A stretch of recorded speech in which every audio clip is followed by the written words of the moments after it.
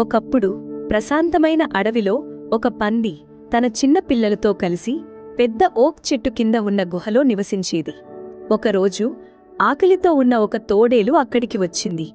అది పందిని చూసి, ఇవాళ నాకు మంచి విందు దొరికింది అని అనుకుంది. కాని వెంటనే ఆలోచించింది, నేను నేరుగా దాడి చేస్తే పంది పోరాడుతుంది, కాబట్టి మోసం చెయ్యాలి. తోడేలు మృదువుగా పలికింది, శుభోదయం పొరుగువారు, నేను మీ పిల్లల గురించి ఆలోచిస్తున్నాను. వేటగాళ్లు ఈ అడవిలోకి వస్తున్నారని విన్నాను. మీరు మీ పిల్లలను బయటకు పంపండి, నేను మీ ఇంటిని కాపాడుతాను.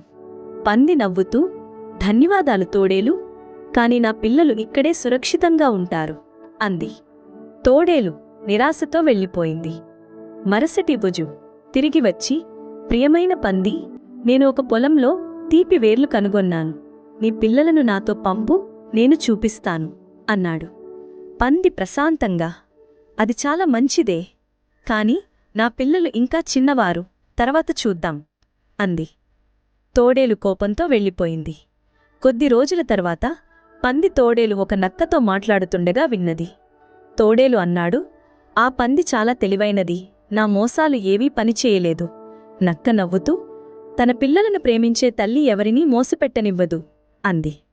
పంది తన గుహలో చిరునవ్వుతో తన పిల్లలను కౌగిలించుకుంది. ఆమె తెలివి, జాగ్రత్త తన కుటుంబాన్ని రక్షించాయి. కథలోని నీతి: తల్లి ప్రేమ, జాగ్రత్త, తెలివి ఏ మోసగాడినైనా ఓడించగలవు.